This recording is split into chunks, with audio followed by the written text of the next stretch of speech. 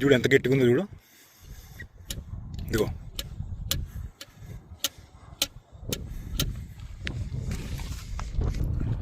ఇంకోటి ఏంటంటే, ఇప్పుడు ఇది ఉందా, దీని మీద కొన్ని పిట్టలు వాళ్తాయి. పిట్టలు వాలినప్పుడు అవి బర్డ్ పూపింగ్కి వెళ్తాయి, నెంబర్ 2కి వెళ్తాయి.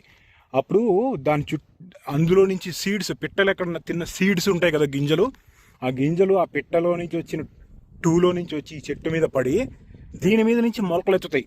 ఎందుకంటే ఇది వాటర్ సోర్స్ కదా, ఇందులో వాటర్ ఉంటుంది కొంచెం. Ecosystem beautiful.